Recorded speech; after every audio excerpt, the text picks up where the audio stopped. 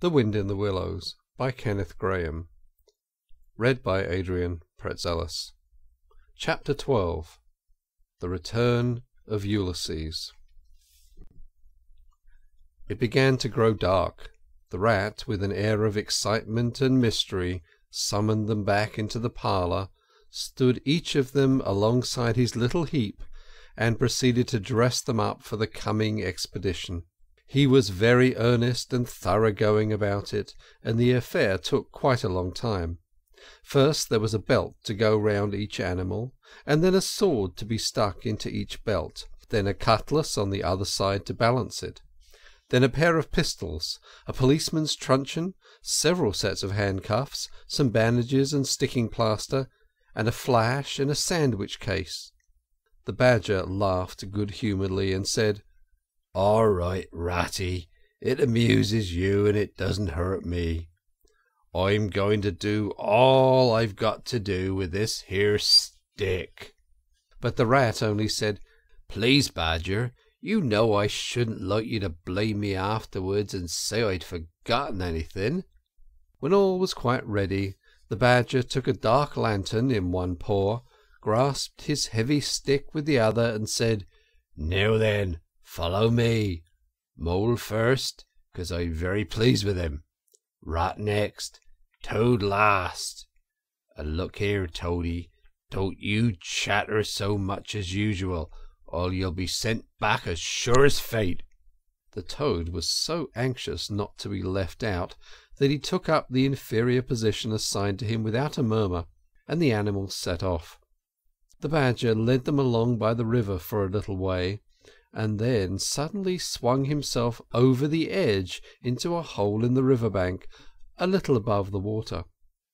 The Mole and the Rat followed silently, swinging themselves successfully into the hole as they had seen the Badger do. But when it came to Toad's turn, of course he managed to slip and fall into the water with a loud splash and a squeal of alarm. He was hauled out by his friends, rubbed down, and wrung out hastily, comforted and set on his legs. But the Badger was seriously angry, and told him that the very next time he made a fool of himself he would most certainly be left behind. So at last they were in the secret passage, and the cutting-out expedition had really begun. It was cold and dark and damp and low and narrow, and poor Toad began to shiver, partly from dread of what might be before him, partly because he was wet through. The lantern was far ahead, and he could not help lagging behind a little in the darkness.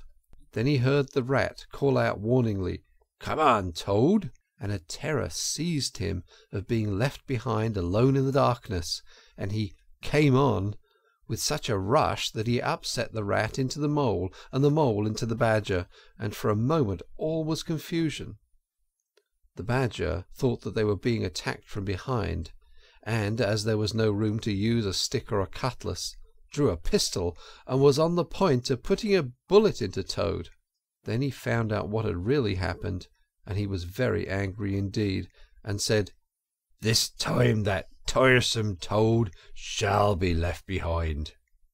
But Toad whimpered, and the other two promised that they would be answerable for his good conduct, and at last the Badger was pacified, and the procession moved on. Only this time the Rat brought up the rear with a firm grip on the shoulder of Toad. So they groped and shuffled along, with their ears pricked up and their paws on their pistols, till at last the Badger said, "We ought by now to be pretty nearly under the hall." Then suddenly they heard, far away as it might be, and yet apparently nearly over their heads, a confused murmur of sound, as if people were shouting and cheering and stamping on the floor and hammering on tables.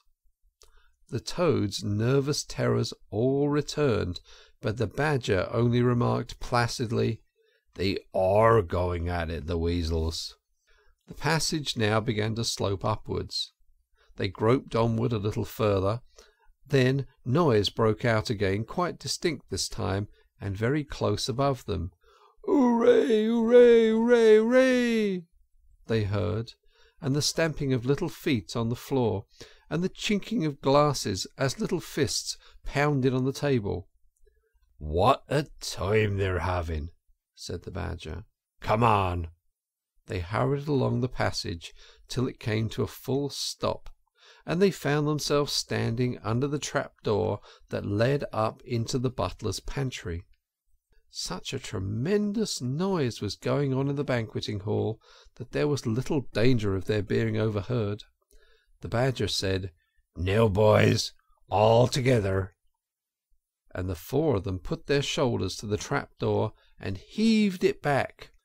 Hoisting each other up, they found themselves standing in the pantry, with only a door between them and the banqueting hall, where the unconscious enemies were carousing. The noise, as they emerged from the passage, was simply deafening. At last, as the cheering and hammering slowly subsided, a voice could be made out saying, "Well, I do not propose to detain you much longer." Great applause. "But before I resume my seat," resumed cheering, "I should like to say one word about our kind host, Mr. Toad. We all know Mr. Toad." Great laughter.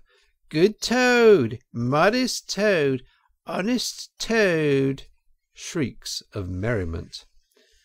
"Only let me get at him," murmured Toad, grinding his teeth. "Hold hard a minute," said the Badger, restraining him with difficulty. "Get ready, all of you." "Let me sing you a little song," went on the voice, "which I have composed on the subject of Toad." Prolonged applause. Then the Chief Weasel, for it was he, began in a high squeaky voice. "Toady went a-pleasuring gaily down the street." The Badger drew himself up, took a firm grip of his stick with both paws, glanced round at his companions and cried, "The hour has come, follow me," and flung the door open wide. My, what a squealing and a squeaking and a screeching filled the air! Well might the terrified weasels dive under the tables and spring madly at the windows. Well might the ferrets rush wildly for the fireplace and get hopelessly jammed in the chimney. Well might tables and chairs be upset, and glass and china be sent crashing on the floor, in the panic of that terrible moment when the four heroes strode wrathfully into the room. The mighty Badger, his whiskers bristling, his great cudgel whistling through the air. Mole, black and grim, brandishing his stick and shouting his awful war cry, "A mole! A mole!" Rat, desperate and determined, his belt bulging with weapons of every age and every variety. Toad, frenzied with excitement and injured pride, swollen to twice his ordinary size, leaping into the air and emitting toad whoops that chilled them to the marrow. "Toad, he went a-pleasuring," he yelled. "I'll pleasure 'em!" And he went straight for the Chief Weasel.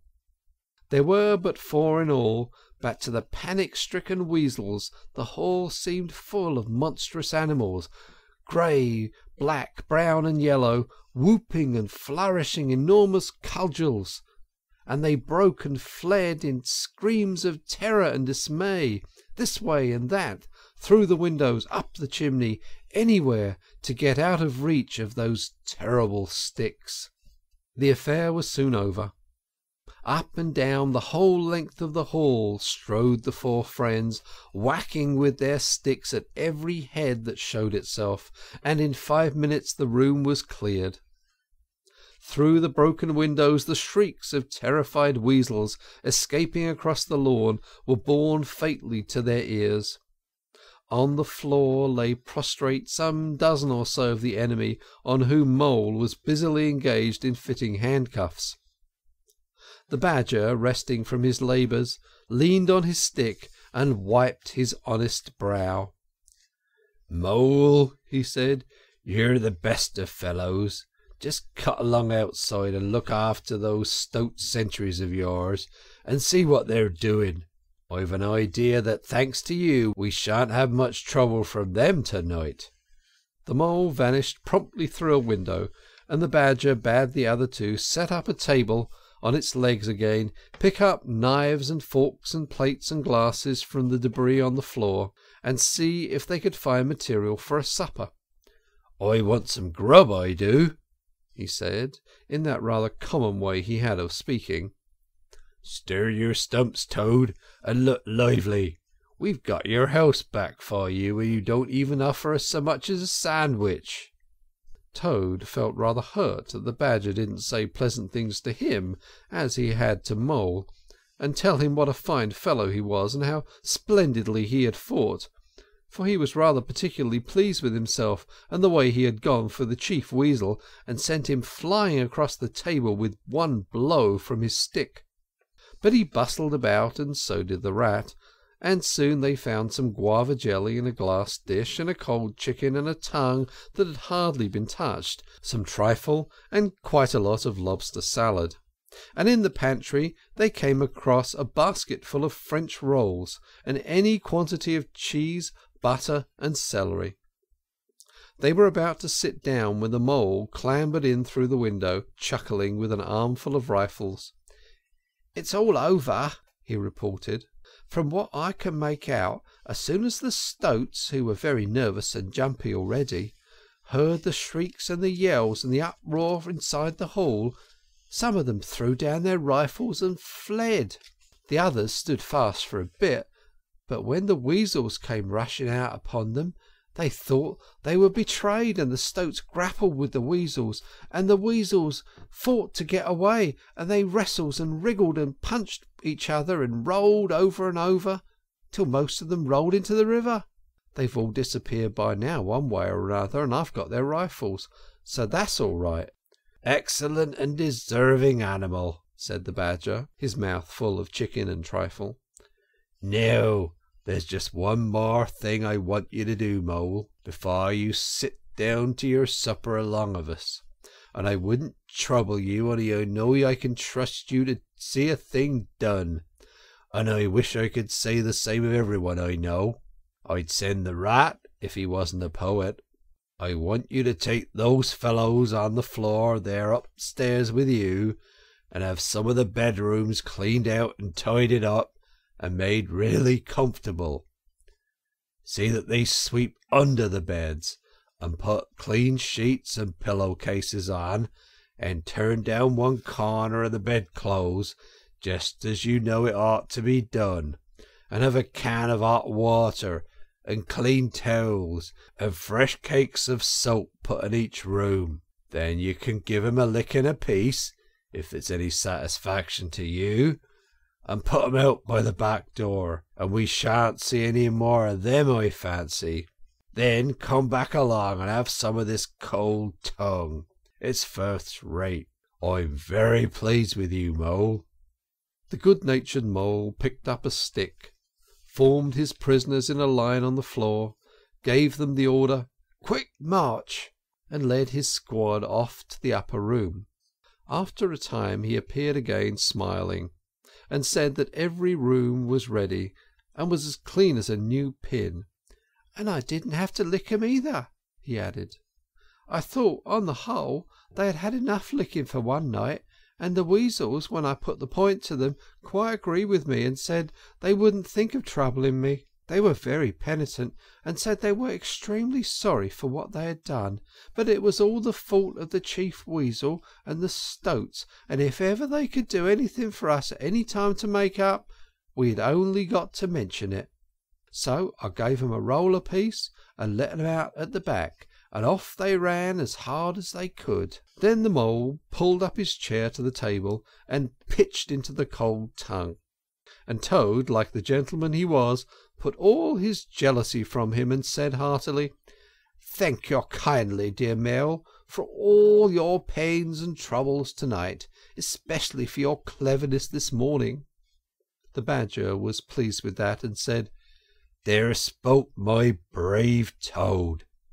So they finished their supper in great joy and contentment, and presently retired to rest between clean sheets, safe in Toad's ancestral home, won back by matchless valour, consummate strategy, and a proper handling of sticks. The following morning Toad, who had overslept himself as usual, came down to breakfast disgracefully late, and found on the table a certain quantity of eggshells, some fragments of cold and leathery toast, a coffee-pot 3/4 empty, and really very little else, which did not tend to improve his temper, considering that after all it was his own house.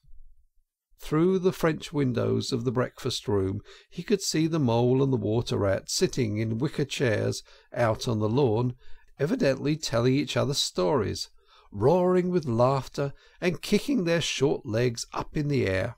The badger, who was in an armchair and deep in the morning paper, merely looked up and nodded when Toad entered the room. But Toad knew his man, so he sat down and made the best breakfast he could, merely observing to himself that he would get square with the others sooner or later. When he had nearly finished, the badger looked up and remarked rather shortly, "I'm sorry, Toad, but I'm afraid there's a heavy morning's work in front of you. You see, we really ought to have a banquet at once to celebrate this affair. It's expected of you. In fact, it's the rule." "Oh, all right," said the Toad readily. "Anything to oblige. Though why on earth you should want to have a banquet in the morning I can't understand. But you know I do not live to please myself, but merely to find out what my friends want, and then try to arrange it for 'em. You dear old badger." "Don't pretend to be stupider than you really are," replied the badger crossly, "and don't chuckle and splutter in your coffee while you're talking. It's not manners. What I mean is the banquet will be at night, of course, but the invitations will have to be written and got off at once, and you've got to write 'em. Now sit down at the table. There's stacks of letter paper on it, with Toad Hall at the top in blue and gold, and write invitations to all our friends, and if you stick at it we shall get them out by luncheon. And I'll bear a hand too, and take my share of the burden. I'll order the banquet." "What?" cried the Toad, dismayed. "Me stop indoors and write a lot of rotten letters on a jolly morning like this, when I want to go round my property and set everything and everybody to rights and swagger about and enjoy myself? Certainly not. I'll see you. Stop a minute, though. Why, of course, dear badger. What is my pleasure or inconvenience compared with that of others? You wish it done, and it shall be done. Go, badger, order the banquet, order what you like, then join our young friends outside in their innocent mirth, oblivious of me and my care and toils. I sacrifice this fair morning on the altar of duty and friendship." The badger looked at him suspiciously, but Toad's frank, open countenance made it difficult to suggest any unworthy motive in this change of attitude. He quitted the room accordingly in the direction of the kitchen, and as soon as the door had closed behind him, Toad hurried to the writing-table. He would write the invitations, and he would take care to mention the leading part he had taken in the fight, and how he had laid the chief weasel flat, and he would hint at his adventures, and what a career of triumph he had to tell about. And on the fly-leaf he would give a sort of programme of entertainment for the evening, something like this, as he sketched it out in his head. Speech by Toad. There will be other speeches by Toad during the evening. Address by Toad. Synopsis: our prison system, the waterways of old England, horse-dealing and how to deal, property, its rights and its duties, back to the land, a typical English squire. Song by Toad, composed by himself. Other compositions by Toad will be sung in the course of the evening by the composer. The idea pleased him mightily, and he worked very hard and got all the letters finished by noon, at which hour it was reported to him that there was a small and rather bedraggled weasel at the door, inquiring timidly whether he could be of any service to the gentleman. Toad swaggered out and found it was one of the prisoners of the previous evening, very respectful and anxious to please. He patted him on the head, shoved the bundle of invitations into his paw, and told him to cut along quick and deliver them as fast as he could, and if he liked to come back again in the evening, perhaps there might be a shilling for him, or again perhaps there mightn't. And the poor weasel seemed really quite grateful, and hurried off eagerly to do his mission. When the other animals came back to luncheon, very boisterous and breezy after a morning on the river, the mole, whose conscience had been pricking him, looked doubtfully at Toad, expecting to find him sulky or depressed. Instead, he was so uppish and inflated that the mole began to suspect something, while the rat and the badger exchanged significant glances. As soon as the meal was over, Toad thrust his paws deep into his trouser pockets, remarked casually, "Well, look after yourselves, you fellows. Ask for anything you want," and was swaggering off in the direction of the garden, where he wanted to think out an idea or two for his coming speeches, when the rat caught him by the arm. Toad rather suspected what he was after, and did his best to get away, but when the badger took him firmly by the other arm, he began to see that the game was up. The two animals conducted him between them into the small smoking room that opened out of the entry hall, shut the door, and put him into a chair. Then they both stood in front of him, while Toad sat silent and regarded them with much suspicion and ill humour. "Now look here, Toad," said the rat. "It's about this banquet, and very sorry I am to have to speak to you like this, but we want you to understand clearly once and for all that there are going to be no speeches and no songs. Try to grasp the fact that on this occasion we're not arguing with you, we're just telling you." Toad saw that he was trapped. They understood him, they saw through him, they had got ahead of him. His pleasant dream was shattered. "Mayn't I sing them just one little song?" he pleaded piteously. "No, not one little song," replied the rat firmly, though his heart bled as he noticed the trembling lip of the poor disappointed Toad. "It's no good, Toady. You know well that your songs are all conceit and boasting and vanity, and your speeches are all self-praise and gross exaggeration and gas," put in the badger in his common way. "It's for your own good, Toady," went on the rat. "You know you must learn to turn over a new leaf sooner or later, and now seems a splendid time to begin, a sort of turning point in your career. Please don't think that saying all this doesn't hurt me more than it hurts you." Toad remained a long while plunged in thought. At last he raised his head, and the traces of strong emotion were visible on his features. "You have conquered, my friends," he said in broken accents. "It was, to be sure, but a small thing that I asked, merely leave to blossom and expand for yet one more evening, to let myself go and hear the tumultuous applause that always seems to me somehow to bring out my best qualities. However, you are right, I know, and I am wrong. Henceforth I will be a very different Toad. My friends, you will never have occasion to blush for me again, but oh dear, this is a hard world." And pressing his handkerchief to his face, he left the room with faltering footsteps. "Badger," said the rat, "I feel like a brute. I wonder what you feel like." "Oh, I know," said the badger gloomily. "But the thing had to be done. This good fellow has got to live here and hold his own and be respected.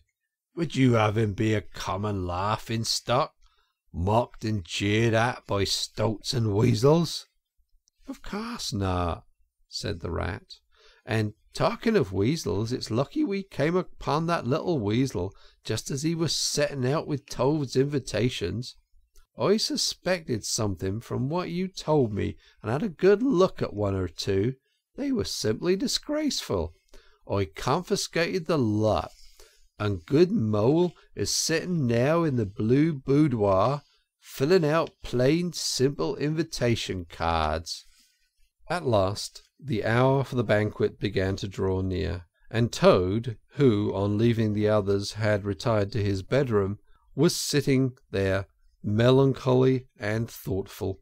His brow resting on his paw, he pondered long and deeply. Gradually his countenance cleared, and he began to smile long, slow smiles. Then he took to giggling in a shy, self-conscious manner. At last he got up, locked the door, drew the curtains across the windows, collected all the chairs in the room, arranged them in a semicircle, and took up his position in front of them, swelling visibly. Then he bowed, coughed twice, and, letting himself go with uplift voice, he sang to the enraptured audience that his imagination so clearly saw Toad's last little song. "The Toad came home. There was panic in the parlour and howling in the hall. There was crying in the cowshed and shrieking in the stall. When the Toad came home, when the Toad came home, there was smashing in of windows and crashing in of door. There was chiving of weasels that fainted on the floor. When the Toad came home, bang go the drums, the trumpeters are tooting, the soldiers are saluting, and the cannon they are shooting, and the motor cars are hooting. As the hero comes, shout hooray, and let each one of the crowd try and shout it very loud, in honour of an animal of whom we're justly proud,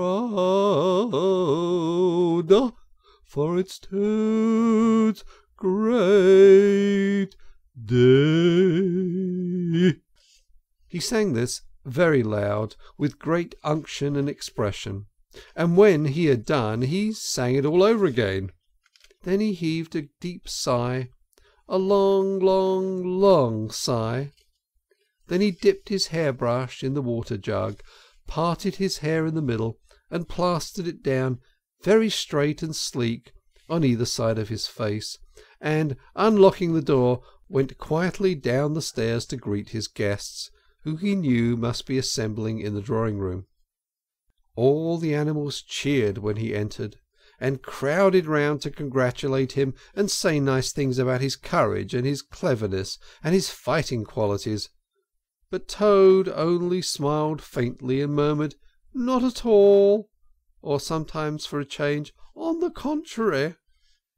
Otter, who was standing at the hearthrug, describing to an admiring circle of friends exactly how he would manage things had he been there, came forward with a shout, threw his arms round Toad's neck, and tried to take him round the room in a triumphal progress. But Toad, in a mild way, was rather snubby to him, remarking gently as he disengaged himself, "Badger was the mastermind, and the Mole and the Water Rat bore the brunt of the fighting. I merely served in the ranks and did little or nothing." The animals were evidently puzzled and taken aback by this unexpected attitude of his, and the Toad felt, as he moved from one guest to the other, making his modest responses, that he was an object of absorbing interest to everyone. The Badger had ordered everything of the best, and the banquet was a great success. There was much talking and laughter and chaff among the animals, but through it all Toad, who of course was in the chair, looked down his nose and murmured pleasant nothings to the animals on either side of him.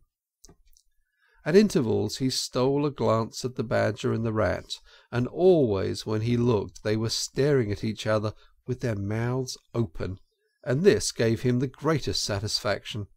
Some of the younger and livelier animals, as the evening wore on, got whispering to each other that things were not so amusing as they used to be in the good old days, and there were some knockings on the table and cries of "Toad, speech, speech from Toad, song, Mr. Toad's song."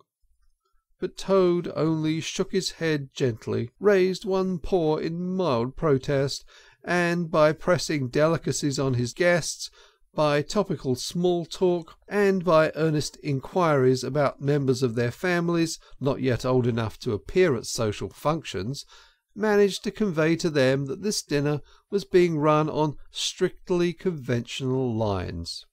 He was indeed an altered Toad. After this climax the four animals continued to lead their lives, so rudely broken in upon by civil war, in great joy and excitement, undisturbed by further risings or invasions. Toad, after due consultation with his friends, selected a handsome gold chain and locket set with pearls, which he distributed to the gaoler's daughter with a letter that even the badger admitted to be modest, grateful, and appreciative. And the engine driver, in his turn, was properly thanked and compensated for all his pains and trouble. Under severe compulsion from the badger, even the bargewoman was, with some trouble, sought out, and the value of her horse discreetly made good to her, though Toad kicked terribly at this, holding himself to be an instrument of fate, sent to punish fat women with mottled arms who couldn't tell a real gentleman when they saw one. The amount involved, it was true, was not very burdensome, the gypsy's valuation being admitted by local assessors to be approximately correct. Sometimes in the course of long summer evenings the friends would take a stroll together in the wild wood, now successfully tamed so far as they were concerned, and it was pleasing to see how respectfully they were greeted by the inhabitants, and how the mother weasels would bring their young ones to the mouths of their holes and say, pointing, "Look, baby, there goes the great Mr. Toad, and that's the gallant water rat, a terrible fighter, walking along with him. And yonder comes the famous Mr. Mole, of whom you have so often heard your father tell." But when the infants were fractious and quite beyond control, they would quiet them by telling them how, if they did not hush them and did not fret them, the terrible grey badger would come and get them. This was base libel on Badger, who, though he cared very little about society, was rather fond of children, but it never failed to have its full effect. End of The Wind in the Willows by Kenneth Grahame.